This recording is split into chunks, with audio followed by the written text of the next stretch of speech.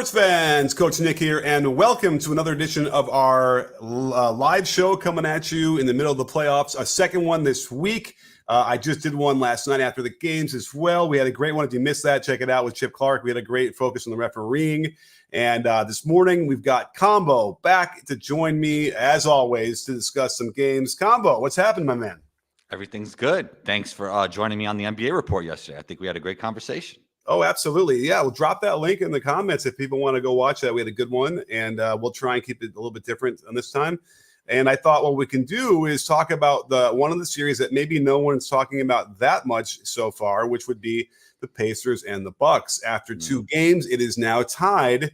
And I don't know. It's the funny thing is the Pacers' second half of the season kind of didn't have a lot of fanfare. And so coming into the playoffs, they even without Giannis, and I think, with the seedings, they probably just felt like, okay, there'll be a ho-hum series. But I got to tell you, the Pacers had some things to say about that in game two.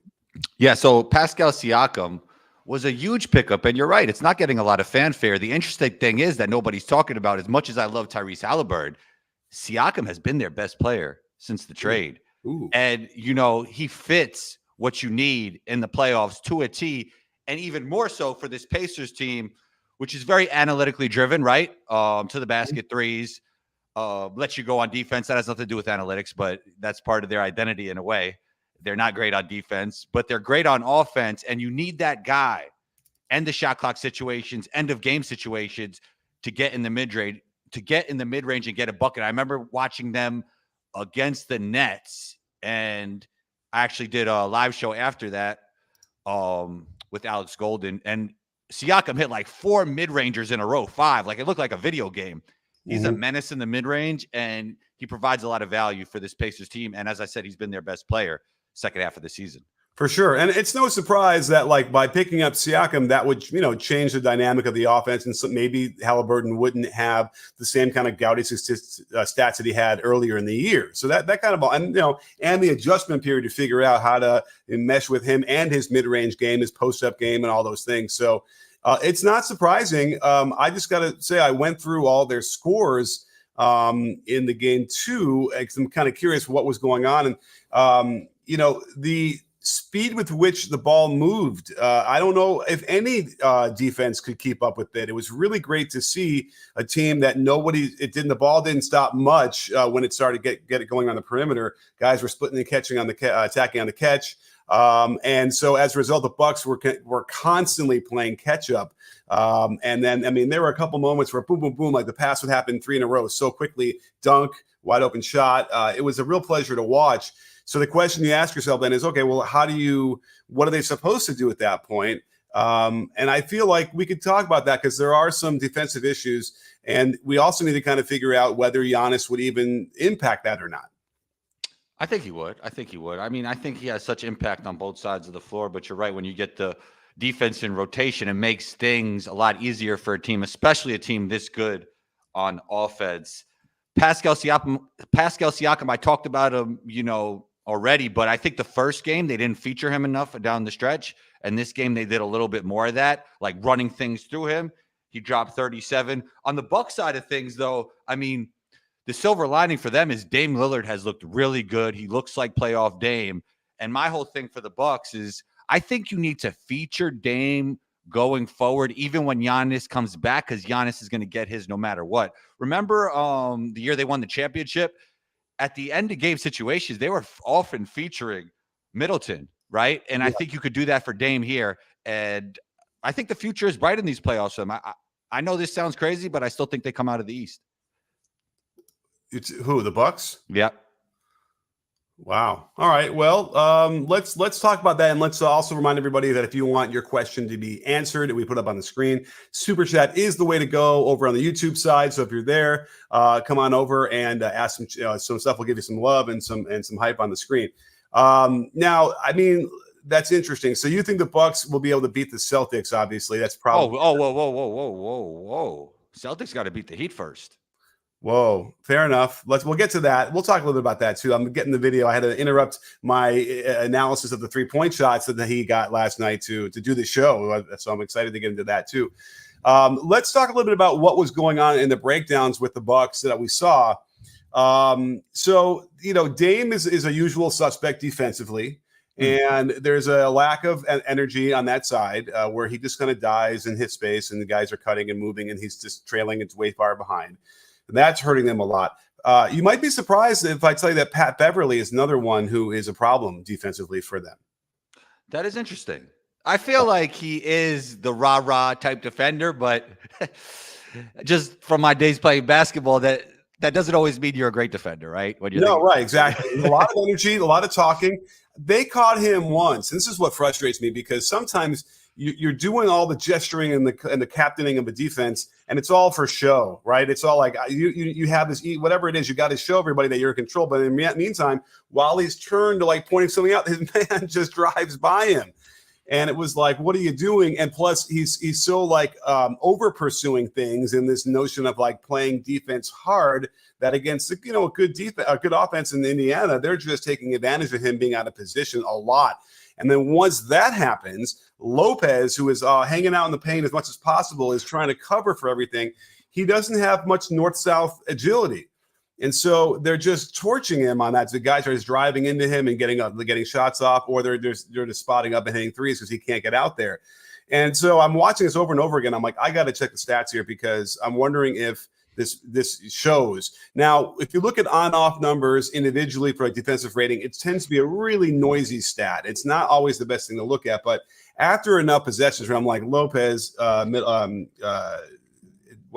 Pat Bev, and then Dame, I'm like, let's look and see what the numbers do say, just out of curiosity. And they were abysmal in the two games. Their net rating when they're on the floor versus off defensively, it's like 35, plus 35 for Lopez. So meaning that the Pacers are 35 points per 100 possessions better when Lopez is on the floor. And then it's worse for Pat Bev, and it's like for Dame, it's like plus Dame, it's plus 80, something insane. Like that's the noisy part of the whole thing. But the bottom line is they're getting torched with those three guys out there. And I don't know if there's a solution. Now, remind me, I haven't been paying attention to Giannis's prognosis. Do we have any idea when he's supposed to come back? Nah, I don't think they've been very vocal about it. But my thing is I think he's probably ready, and they were going to keep going until things were looking bleak, right? Because especially the way Dame has been playing. Wait, in my head, I can see it. There's a tweet I saw maybe this morning. It said that he was doing some stationary shooting. It's about all he can do right now. He can't really go up and down. And if that's the case, if I saw that correctly for Giannis, then, I mean, yeah, he's a week away minimum. Who knows, though? I mean, Tyrese Maxey was supposed to be out last game. He's in. I mean, you never know. This is like a lot of chess going on, I think. Sure. Maxey had an illness. Yeah. He looked fine in the game. He looked great. I'm not testing for COVID anymore, are they? Oh, I don't know. I don't know. Anyway, he looked fine. You're right. He looked more than fine, by the way. So I don't know what that was. Or whatever. Man, he's a blur, right? Yeah. That guy's a blur. Absolutely. So it's a real question mark here, and I like this notion that like we can question whether or not the Celtics make it past the Heat. When you throw an all-time heater and nail 23 threes, whatever it is, and shoot 55.5%. And you win, it was a 10 or 11 point lead or win, that's something's there, right? But I don't know. I wonder if the Celtics feel that concerned, or are they just going to say, they were, I think Seth Partnow had tweeted out that it was, they made 6 more threes than they expected based on how open they were. That's a significant number of threes. Shouts to Seth Partnow. I would say that you start losing to the Heat without their best player. It's not good for the Celtics psychology overall, I believe. I think it's a hit. I think, like, let's say they're playing against the Magic, right? They lose a game. It doesn't really hit their psychology. It doesn't really make them antsy or anything. But when you lose once to the Heat and Jimmy's not playing, I mean, it's not a good thing. Just make sure you don't lose the next one. That's all I'm saying. Right, and Rozier too. So Rozier, yeah. Yeah, and it used to be that the first team to win 2 in a row in a 7-game series wins the series. Not anymore, because the 3-point variance, right? Yeah, I think that's the key, right? And then even like it used to be, if you were in a playoff game and you went up by 23 points in the second quarter, like the game was over.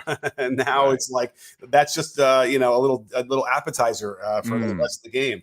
But I'm seeing a couple of comments about Middleton being their worst defender. I did catch a few times where he just stood there and watched, but it paled in comparison in game 2. In game 2 alone, it wasn't him as much. but there is also a team-wide sense of disorganization going on with the Bucks defense that is really concerning. Which, by the way, again, things get solved when you throw Giannis out there because he can erase things that go wrong, right? But at some point against good teams, there's too many things that go wrong. Even Giannis can't overcome that, and then the rest of the guys are constantly chasing. So I would be a little bit worried. You have to be worried that you give a young team like the Pacers some hope, right? You give them some belief. And all of a sudden, I got to tell you, like if I were going to show, if I were coaching a team right now, I would show them the Pacers some of those half-court possessions, the way the ball moved. There didn't even need offense. You didn't need spacing, attacking on the catch, making the right decision, making even the easy pass. But like the flow and rhythm was so good. Again, like the Bucks never had a chance to catch up, and then it became over in that second half.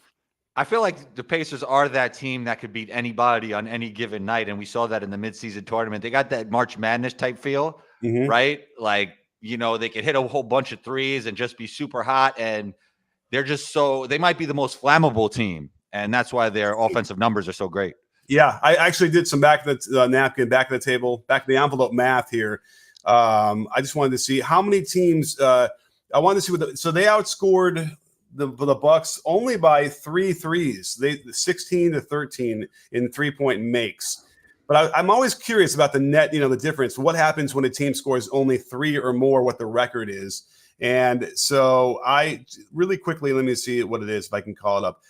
It is so out of the 764 games where a team scored 3 or more threes in the other team, let's see, the losses were 221. So let me subtract that from 764 really quickly while I'm doing this, of course. 764 minus 221 is 543. So the record is 543 and 221. I don't even need to divide that up to tell you that it's a pretty good percentage, right? You're still going to beat another team pretty handily enough times. 543 divided by 764 is 71% of the time. So imagine that, right? If you make 3 more threes than the other team, then the winning percentage is 71%.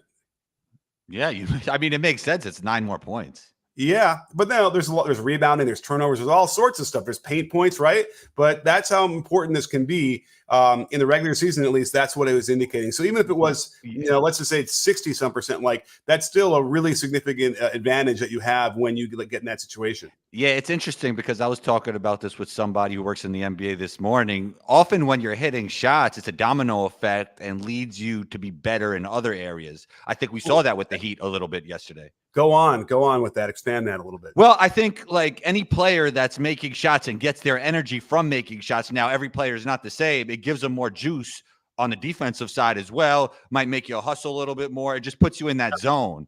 So it could be like what comes first, the chicken or the egg. Sometimes defense leads to offense, but also I believe sometimes offense leads to defense. Interesting. And a real quick check on the 3-point percentage and the frequency by these two teams.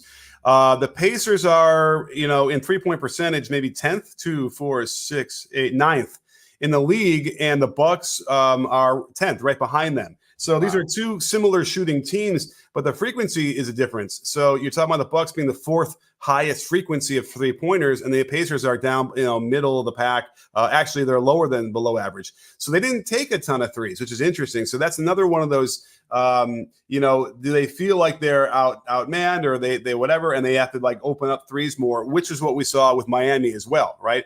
Miami is shorthanded. They took a whole bunch of threes on purpose because they need to try and even the playing field, and that's what it does for you. And again, they didn't shoot. The Pacers didn't shoot completely crazy out of their mind, but they had a couple key runs and we were able to take control of that game. So it's really it's been pretty impressive. How do you feel the rest of the series goes, Coach Nick? So that's the next question. How do I feel like the series goes? Well, again, do they have this sudden belief that they can win? And that's a dangerous thing to give a team that's doesn't have home court advantage, or it has home court advantage now after stealing it. And by the way, like look at their roster, right? I like so many guys on their team I really, really like. So you go Tyrese Halliburton, I think is great, dynamic, and even though he hasn't quite achieved the heights he had in the first half of the season, he's still I think he's been dealing with a few injuries too. Since it's still lingering. Okay, yeah. But 12 assists, and he was throwing no-look stuff that was beautiful and pulling people out of the way. But I like Nembhard a lot. I like Nesmith. I like Ben Shepherd. I like when he's spotting up and shooting threes. I think that he's a real Miles Turner. You have to find him immediately. Miles Turner in alternative universe could be an all-star. Always like Miles Turner. And Siakam, I like. It really sucks that they're missing Mathurin. Well, He actually is like a piece that the idea of Mathurin is definitely a piece that you need. And I loved his mentality since Arizona. Absolutely. Yeah.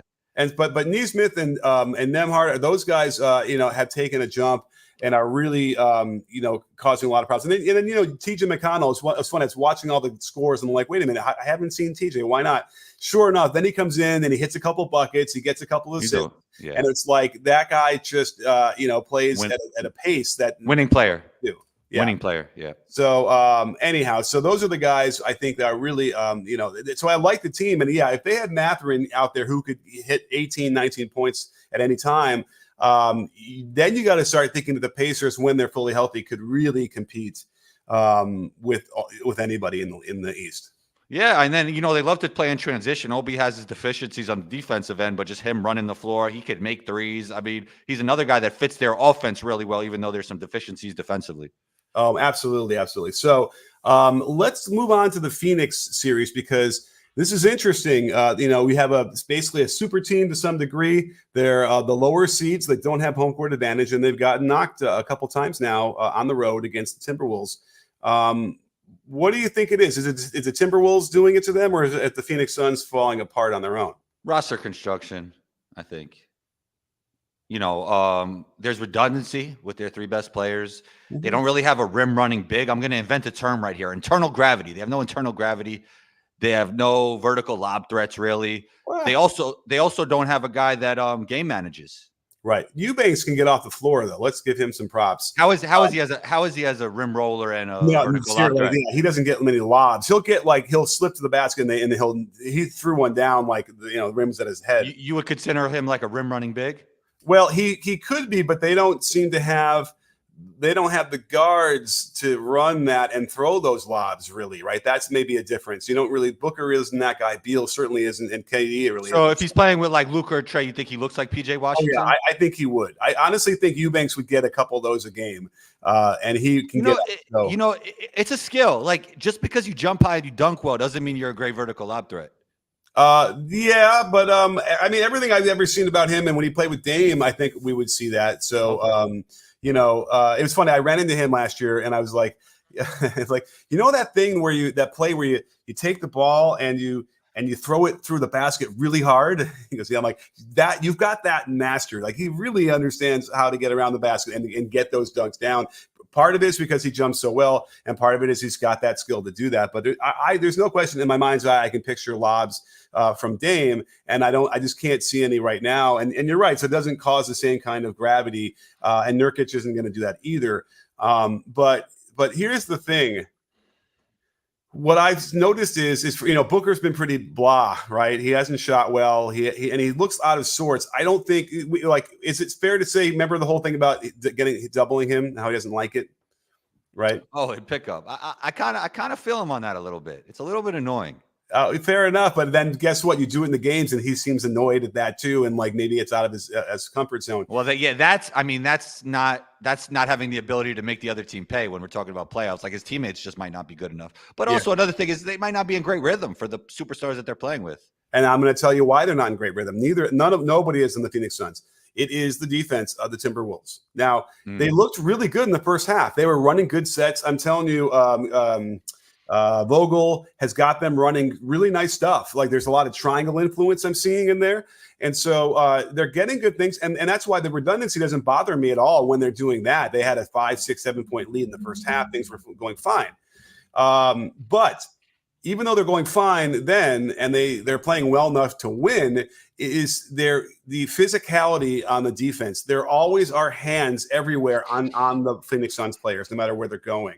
And that's going to wear you out. Okay. So when you look at what happened in that game in the game flow, there's an 11-0 run to start the fourth quarter, which just basically ends the game. And it's two things. A, it was slowly the Suns wearing down. They can't handle that kind of pressure, as hardly any teams can. It's a lot of handsiness, which the refs are letting go, which is fine. Great, and you better get used to it.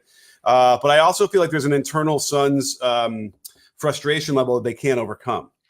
And so once it starts to go bad, then they can't battle back through that, and they break. What do you think about that? Yeah, I mean, we're seeing, I think we talked about this on the show yesterday, how much physicality matters in the playoffs, especially in an NBA that's trending towards a way that they're calling basketball games now being a lot different. They're allowing a lot more physicality. So the combination of them setting those new guidelines and the playoffs are allowing teams like Minnesota to thrive. But I also believe like some of the rhythm stuff has to do with just playing with those three guys. Would those be, like, as a basketball player, would I really want to play with those three guys over, let's say, I don't know, even a James Harden or even a Trae Young that like have supreme playmaking ability? Right. I mean, that is a good point as well. Like, do the role players, are they going to be able to thrive? Now, Grayson Allen goes down, and that was overlooked, right? He's a huge part of what they do with spacing and shooting the three. And he was gone after. He's probably their fourth best player, right? Yeah. So we can't overlook that as well, which is another key part where they could have had him in, probably would have been in at that point. But there always is that notion that like the Royce O'Neals. And by the way, Eric Gordon did look a lot better in game 2. So that was really good to see, because I thought he was looking kind of washed in game 1 in my mind, as I can picture this. So, and that's the problem, is guys like, Gordon and O'Neal, there's a rhythm that they would need just to touch the ball, have it be moving and be part of that. And when they are not part of that, it makes it harder to contribute. I got to check. Royce O'Neal didn't take a shot. That's interesting. And I'm trying to picture in my mind how that happened, because he played 17 and a half minutes. He's playing with three guys that just want to isolate and take tough twos. Yeah. I mean, if you look at how it breaks out after, Nurkic got 11 shots and no one else got more than 10. Two things could be true. They could be all-time great players and be not the best to play with in terms of role guys, because they're just getting into their bag like it's a workout. Yeah. And by the way, the other thing the Suns need to be very concerned about is that the Timberwolves didn't shoot that well. They didn't play amazingly on the offensive end at all. Edwards was 3 for 12 and really was struggling to hit shots. He had a tough one over KD, and in the first game he was marvelous. Yeah, exactly. But the point being that from the Suns' point of view, to get beat going away, because of that 11-0 run pretty much ended it. They didn't have any fight after that. That and they lost. Like that's not a good sign at all. So do the Suns? So basically, I'm picking the Wolves, right? The Wolves are going to win this series, I think, even though the 2-0 thing doesn't apply anymore. They're the first to win 2 games in a row, but they win. How many games do you think it might take for them to put the Suns down? I'd say let's give the Suns the benefit of the doubt and say 6. Ooh. Okay, so you think they're going to come back, win the next 2 at home? I mean, you got to expect for those three to have a hot shooting night, at least 2 of them. KD is still all-time great. He's still getting to his shots whenever he wants. Bradley Beal will probably play better at some point. My thing about Bradley Beal is, and I was watching these guys play in the All-Star game, and I know some might think that the All-Star game there was no defense. It's like these guys like Ant Edwards and even Luka Doncic, who wasn't playing that hard, and SGA, they're like the 2.0 version of guards. And I feel like Devin Booker, as good as he is, he's kind of a throwback. And we're in a new generation where these guards just do so much stuff. To be an all-time great guard in this league, you can't just be a classic position player anymore. Interesting. Yeah. Which I kind of think to me means like you're a shoot first guy and you're not going to be a threat to. Well, just like a get to your spot bucket getter. Like you got to be so much more than that to be an all NBA and MVP level player at this point. Right. And meanwhile, Booker did get 5 assists as well. I got to look at those because I'm trying to remember like how those were playing out. Probably, I think, coming off of like some inside ball screens and stuff like that. But I mean, I hear you. Like if you're a classic point guard or a classic 2 guard, no matter how good you are at that, you're not going to be better than these guys like SGA and Luka Doncic and Anthony Edwards, because they're a hybrid in a lot of ways. Yeah, I mean, listen, Booker is good. Of course he's good. Maybe he's rated higher than he should be. Well, I think you know how it goes. Once everybody starts saying that, he's underrated again, right? When everybody thinks that's how it is. Yeah. He's solid. He's good. He's a starting guard on a finals team. But I don't know. I don't know if he has that next level that you see from Anthony Edwards, even, or who's better, Anthony Edwards or Devin Booker? Oh, Anthony Edwards is. I mean, watch those 2 games. I know it's only 2 games, but all right, who's better, Donovan Mitchell or Anthony Edwards? Oh, Anthony Edwards is better. That's hard to say. Donovan Mitchell could be better than him right now, but by next year, it might not even be close. Okay, interesting. Yeah. Right, so he's on the upswing, and Donovan Mitchell is where he is. Yeah, and which again, that subject came up again the other day about the 15th top players and whether Donovan Mitchell cracks that or not. But I still think that even now, I would probably just take Anthony Edwards over Donovan Mitchell. And watch, Mitchell is going to absolutely go and explode. Is it tonight? Are they playing? Let's see. They playing tonight? Let's see. Today's Thursday. They're playing tonight. So we'll see in Orlando. That's to be a big game, by the way. The Magic have struggled. They're not really ready for this, right? But they're getting this is their year where they're going to get all that experience. We talked about them already a little bit before. You think they get a win? Yeah. You think this is it? The Magic are going to get their one win tonight? Yeah. 5 games. 5 games. The Magic aren't ready, man. They're just not ready. Yeah. They probably need two. They got to upgrade 2 players, I think. But they got to upgrade 2 players, and not only that, the aggregate shooting got to be better, and they got to add a shooter on top of that. They not only have to add a shooter, they all have to become better shooters. Yeah, exactly. Yeah. That's a good thing. So we'll keep our eye on how that goes tonight. But yeah, I would expect if they're going to get a win, it'll be tonight. Here's one. Who's the better defender, Ayton or Nurkic? Oh, so I saw that earlier. Somebody was tweeting that out, saying they really just should have kept Ayton somehow and figured that out. But he wasn't getting along with the coach that's no longer there. But I think their superstar players they weren't feeling him. Yeah, it's too bad because Ayton did have a nice trajectory on his defense. He was terrible to start defensively. What's going on over there, Coach Nick? Oh, that's my my office is above my garage. But is it a little bit worrisome that someone's opening the garage door when nobody should be opening the garage door? You're being invaded on a live show. Yeah, but someone has the code to do that. So I don't know. Something's going on below my feet. If you'll get if something crazy happens, we'll see it live. How exciting! Anyway, all right. What else we have to talk about then? We talked about Suns a little bit. Okay, Suns and. I mean, do you want it? Did you look into the Heat Celtics? What happened there? Or? So I watched the game and I was doing it live. I have yet to. I'm about to sit down and actually pull it apart because there was so many wide open shots. And the Bucks defense, I'm sorry, the Bucks defense, the Heat are playing the Celtics. The Celtics defense was very strange. And although one of the ones I even shared on Twitter, I was like, this doesn't make sense. They're like kind of half helping, but kind of not. How do you wait? What? Sorry to interrupt you. Go ahead, and then I'll ask you. Go ahead. Okay. And I'm thinking, that might have actually been a zone. And the Celtics don't play a lot of zone. And sometimes they'll put Drew Holiday at the center position in the zone, which I think is fascinating. But I just don't know. And then I'm thinking, well, maybe, Drew was playing zone and everyone else, or Drew and Derek White were playing zone. And then the other 3 are playing man. And that's obviously a bad recipe too, because then nobody rotated up to the wing. So even further integration of triangle and 2. Yeah, I guess it's just weird, but the triangle and 2 wouldn't be that. It wouldn't have the triangle. No, it would be actually right. The triangle. 2, right. The triangle is the man, and the zone is the 2. Right. But the zone would be the 2 guards only. It doesn't make any sense. Let me ask you a question. How do you feel about Mazzulla as a coach? Well, they didn't look well coached last night defensively, and he gets a lot of props for the preparation he does and how much film he watches and how he's a little bit crazy. He doesn't get into revolving doors. What are we called? Is that right? Why does it sound weird to me? What are you talking about? I don't know what you're when you go into a building. He doesn't revolving door? Yeah, revolving doors. He won't go into revolving doors. So, what if there's an arena with only those? What if there's only arena with only those? I think he has to go and find another door. I swear to God. Well, I hope the Celtics don't play as scared as him. Well, and he said, and by the way, I'm never going to look at a revolving door again the same way. What he said was something to the fact that you could get trapped in there, right? Of course you could, but like you said yesterday, playing basketball, you could always tear your ACL. So what are you going to go through life? Yeah, I know, right. And you have a lot higher probability of tearing your ACL than you do getting trapped into a revolving door. But I don't know, man. And listen, that's interesting. Yeah, it's interesting. I'm not judging, but nonetheless, it was an interesting little. Nah, he has some stuff he has to deal with.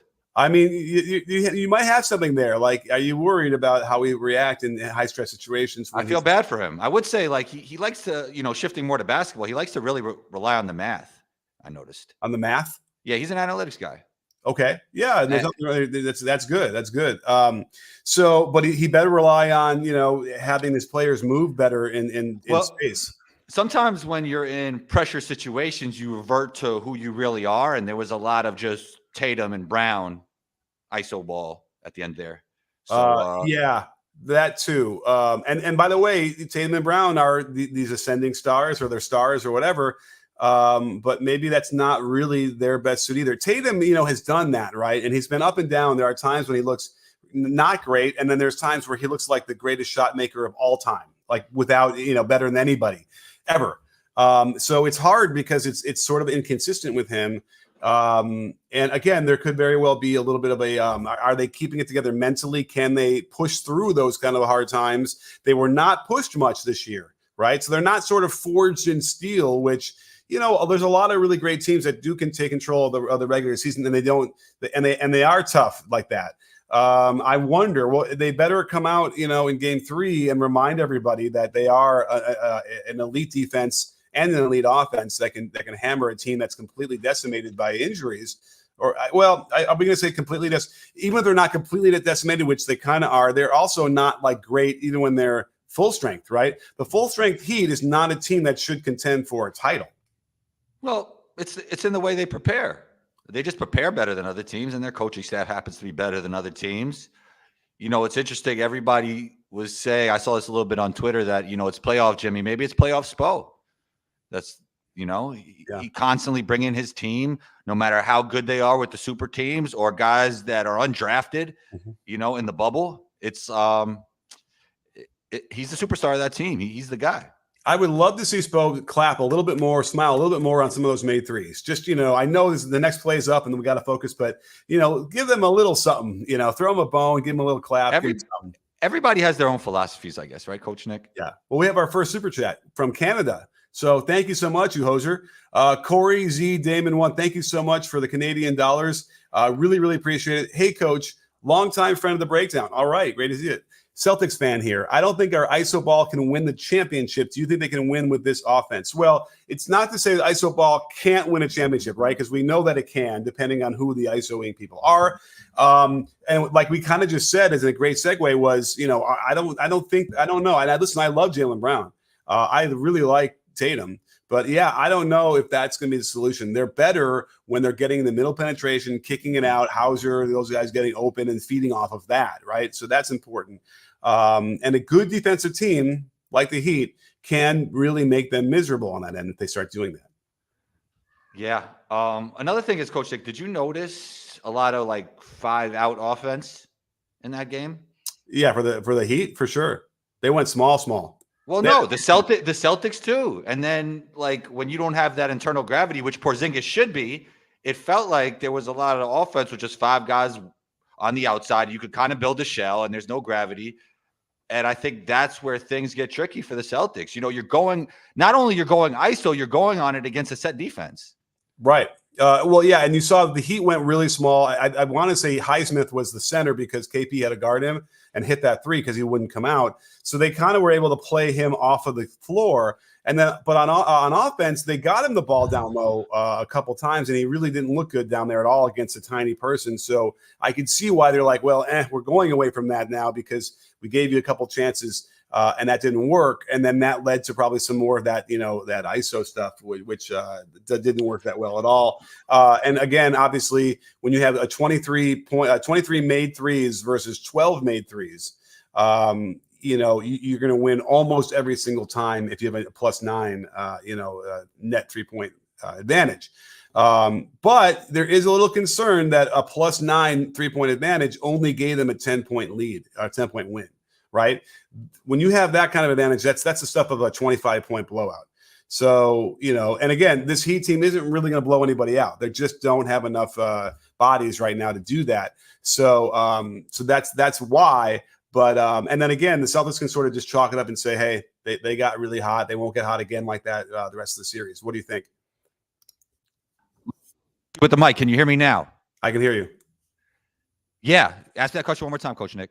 So the question was, can the Heat, get that hot again from in any other time in the series? Yeah, they can. I think they can. Yeah. I mean, there's a lot of open shots, right? So you give those teams open shots, they're gonna make them probably higher than you would expect. And then they get more and more comfortable, and then they start believing. So you have to be careful about letting a team, like, it's funny with the Pacers. It's like you let them believe they might turn it around. The Heat are kind of no nonsense. They don't even need that. They have the belief anyway, right? But you got to be careful about, you let them get on a roll like Caleb Martin, who shoots these catapults at the rim. He gets hot sometimes. He's really cold other times. And if he can somehow get hot and make 4 or 5 in a game for another couple games, then the Celtics have to be really concerned. Now the Heat believe they could win. Once the Celtics start believing that he could win, that's when things could get crazy, Coach Nick. Just a little bit of basketball philosophy for you. All right, yes. The Celtics, yeah. And I don't know if the Celtics ever get to that point where they believe that the Heat can win. I certainly hope not. But that said, well, if they win that next game. Yeah. Well, you have to imagine, like, and by the way, they might have been like, you know what, they're on fire, we're trying, whatever. Then they that might have influenced the lack of energy. Yeah, but then when they see that again, yeah, it's right. Like, oh. Right. I would be shocked if we saw that again, right? I would fully expect the next game in Miami, we're going to see the Celtics really. But by the way, they're going to be a lot more energetic and a lot quicker to the closeouts. Well, that then ends up meaning that they can now get blown by, and they have to be very careful about that and see if they can handle secondary rotations. I would expect that they would, and that they're good at that. But again, we're talking about Spo versus Missoula, and that's going to be an intriguing matchup. That will, I'm sure, something's going to happen in this series. Again, they'll come up that will spotlight the matchup between those two guys without question. Something's going to happen. I agree, and that might have been one of the greatest games Tyler Herro ever played. And he's still a young player. So we've seen Tyrese Maxey take a crazy leap. Who knows? Tyler Herro might be the next guy to take a crazy leap and be a sustainable star in the NBA. We just don't know yet. He's that young. He's been injured. He wasn't even in the playoffs last year. So if he could string together a few more games like this on both sides of the floor, things can get really interesting. Well, yeah, but he was terrible on the defensive side of the floor. No, not last night. Yeah, he was. No, he was. But Brown, he was getting taken. And by the way, the point being that, okay, if that's going to happen, then you're going to get stuck being unable to stop guys. He must have given up 4 or 5 or 6 buckets, like just couldn't do anything. But if you're on the other end doing some work, great. Like that completely negates that to the degree he was able to do it. Let me just check what he was. Tyler Herro. I'm telling you, if you go through the footage, you'll see he was 7 for 13, 6 for 11 from 3, which is huge, and 14 assists. I mean, that's crazy. So how do we look at defensive numbers in a nutshell, real quick? Like, well, if you wanted to put one score on defense, what would be the best way to do that? Like a 2K rating on defense for that game. How would we do it? How would we do it, Coach Nick? Well, you need your eyeballs, so that's what you mean. Like, go look. Yeah, but I'm saying, how would you put a metric on that? Oh, I would give it's 0 to 100, right? Yeah, but what I'm saying is there like a formula that could best tell us how one person played defense for a game? Yeah, I mean, it's probably like PER for defense. Well, all I would do is I'd say, okay, let's look at every time he was the primary defender of the shooter. And what was the percentage? Basically, although that said, remember, you can play awesome defense and the guy still hits the shot. So, and that's why a lot of the great defenders might have wonky looking defensive numbers because they're always guarding the best guy and they're playing great defense. The guy just scores anyway, and it's a negative. It doesn't have to be a negative. But all I can tell you is that, Jaylen Brown was doing work, and a lot of that work was on Tyler Herro. And again, it's almost like, well, Herro's just not that guy. Brown is overwhelming to most guys anyway. But if they're going to go at you and if they're going to have success on that end, then you better come down and, get 14 assists and hit 6 for threes and balance that out. And then we're good. So that's probably the Heat's philosophy at that point. It's like, that's fine. We just you have to make sure that you're a net positive overall. And then that will unlock some wins. Yeah, we will see how this series goes. By the way, interesting question about whether New York and Minnesota are getting away with more contacts. We've talked about this last night with the show with Chip, was that, yes, as soon as the thing changed overnight from the All-Star break on with the way the refs were calling the games and how much more physical it was, certain teams instantly were able to adjust, right? And they were able to sort of come up with an idea of, okay, well, I can be more physical. We can quote unquote get away with more of our physical defense. There are other players that refuse to adjust. They're just going to complain and throw their hands up and say, what's going on? This is not how it used to be. Well, accept that and move on. I almost think, you know how we use those pads to hit people when they're finishing? Mm-hmm. It's like maybe we should throw those away and just use our forearms and our elbows and our hands. Like get back to the real deal here. So that's what I'd be doing at the pro level, because they have to get used to it. It's too soft to have the pads hitting them. You got to have something more similar to the game. Maybe you need like pads with like elbows installed in them. Are you watching? You're not watching this, but I'm watching Fall, not Nightfall. Fallout. Have you watched this show? You know, are you aware of the game Fallout? Yeah, where do you have the time to watch all these shows? I don't know, man. I'm not that guy who like has to watch, 8 like, Ryan Pannone, friend, he was quoted, he literally just watches footage every waking minute. And I don't. No, I know, like the exercising, the fatherhood. I don't even have. The exercising, I get it done at 6:20 in the morning. Boom, I'm done. I had to hold that hole. That's good. Okay. And everyone else is sleeping. And then you're right. I don't know, but I'm sneaking him in somewhere. Your time management's phenomenal, Coach. Well, I think like if it's a blowout, I might be like, all right, let's sneak a Fallout in. But why did I bring that up? Oh, because I asked you, how do you sneak in these movies and TV yeah, shows? But no, that was especially during playoff time. I'm bringing Fallout up because it was. Oh, the elbows and the pads. Oh yeah, right. You want to put the elbows and pads on the actual pads. And in Fallout, there's like some of these characters have like a nose coming out of their head and like all sorts of weird stuff because in the nuclear, or whatever experiments. Could that really happen? I probably like you'd have weird birth defects if you are exposed to radiation and then whatever. But at any rate, that'd be weird. You have a pad and an elbow sticking out of it. But they need to do something because some of these guys are not adjusting to it well. Hey, maybe that's a good video. Like these players have refused to adjust to the defenders or to the new defense. And these players are adjusting. I don't know. Oh, you know what? Brunson has been struggling a little bit. He was one of the chief guys when I pulled it all apart and I did the video on this, who's getting a lot less calls than everybody else. And there was a couple other guys, but you know what? I think he'll break out eventually one of these games. And at the very least, he's not phased. He's not like, well, I mean, he'll throw his arms up a little bit, I guess, but he's not like walking down and not getting back on D and whatever. The real question to me is how much of it in their heads are they getting? How, are they getting all histrionic, and are they taking themselves out of the game because they're so upset? That's a big one, especially at the playoff level. You want to be able to stay present. Those things cannot bother you. But we have another super chat from friend of the breakdown, best friend of the breakdown, Braun. Great to see you from another Canadian. It's interesting to see the differences in the 5-out offense between the Celtics and OKC. Built similarly, but OKC puts constant pressure on the rim. I would probably say, in my mind's eye, as I'm thinking about it, the OKC might be better at running and catching. So there's a couple different ways when you can catch the ball and rip through and triple threat BS. You can split and go on the catch, or you can be running as you're catching it and then spike the ball down and go right away. Yeah. And I kind of feel like OKC does that last one a lot, maybe more than the Celtics do. And yeah, I mean, when they're getting going, it's again a little bit like what the Pacers were doing. OKC is an onslaught, and the movement and the player movement, ball movement was amazing. So there's something to that for sure. Now the Celtics are going against a different defense, right? That's the difference between them and like OKC.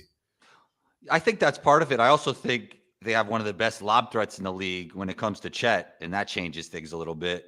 I feel like also their star players don't dance quite as much in the 5-out offense. Like Jalen Williams just goes. Like he's a very modern basketball player. SGA dances, and we all love to watch him dance with the basketball. Yeah. But he's actually does less of it this year, and that's part of the reason why he's the MVP.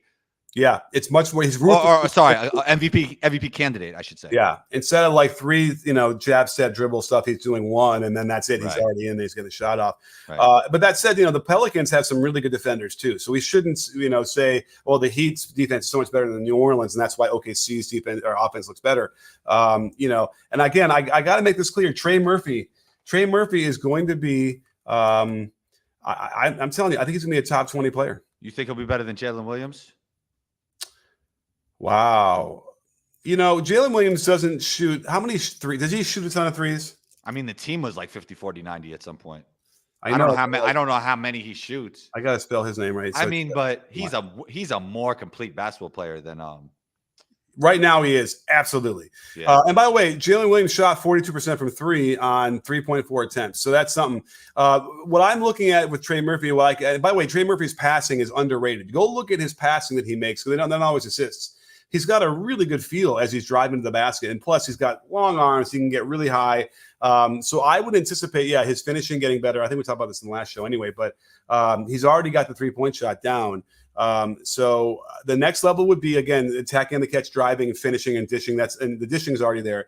And then the third level would be like to be able to do a dribble move or two and create a shot off of that. I'm telling you, I think 3 years from now, he'll be a guy who's like a legit starter on a really good team, and you'd have to really put him in that top 20 conversation. Yeah, Jalen Williams is an all-star level player right now. Part of that is he's the second best player on the best team in the West with the best record. Is Jalen Williams better than Donovan Mitchell?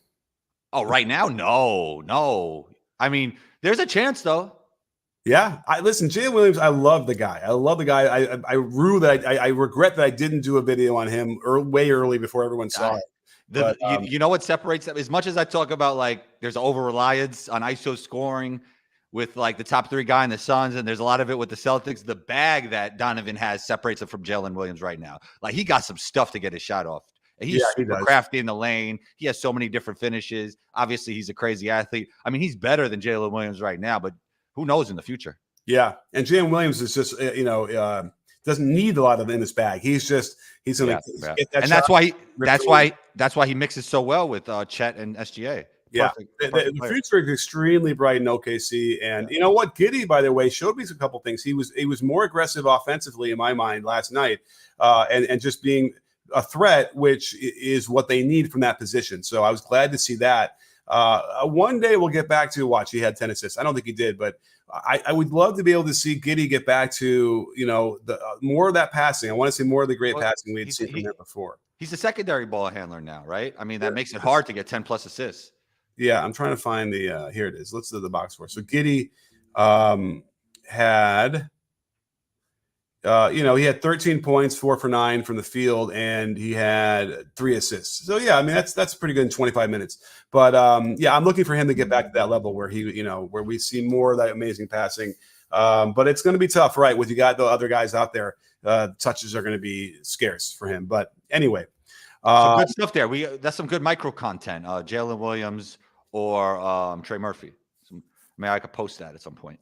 Oh, great! Who's better? Well, we know who's better right now anyway.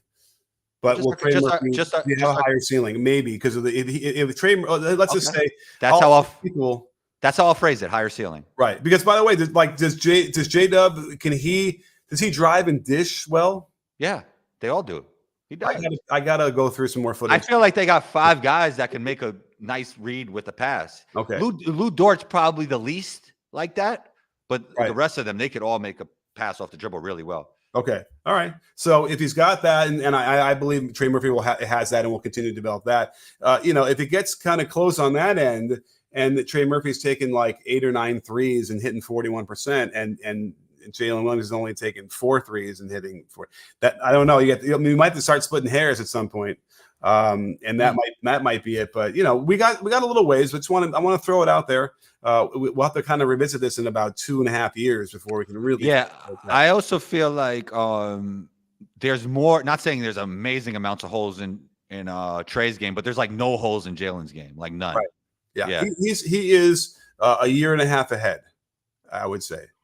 Look, second best player on the best team in the West, right? Yeah, year and a half, 2 years. Now, age-wise, I wonder, let's see, Jalen Williams is 22. Trey Murphy might be 23, right? Maybe. Let's look real quick. I can't type. Trey Murphy is he 23? He is 23. So he's a year older already. So that's something we have to take in consideration as well. So, but even still, it's very young, and by the time, and even if he developed a little bit later, I'm thinking that he could get there. So we'll see. But anyway, I think it's time. I got to get back to this Heat video. Great work today, Coach Nick. Yeah, good energy combo. I'm here, Coach Nick. I'm here. People Breakdown Live Show. Subscribe. All right. Thank you, everyone else out there, for being here as well. We had a great show. Great questions. Thank you so much to Bron and Corey for the super chats. I guess we'll be right back at it again on Monday, unless something insane happens. But we'll focus on Monday morning. Let's focus on that, Coach Nick. All right. Well, don't forget, sports fans, at B-Ball Breakdown, we're not a channel. We're a conversation. You in? Yes, sir. Sorry for cutting.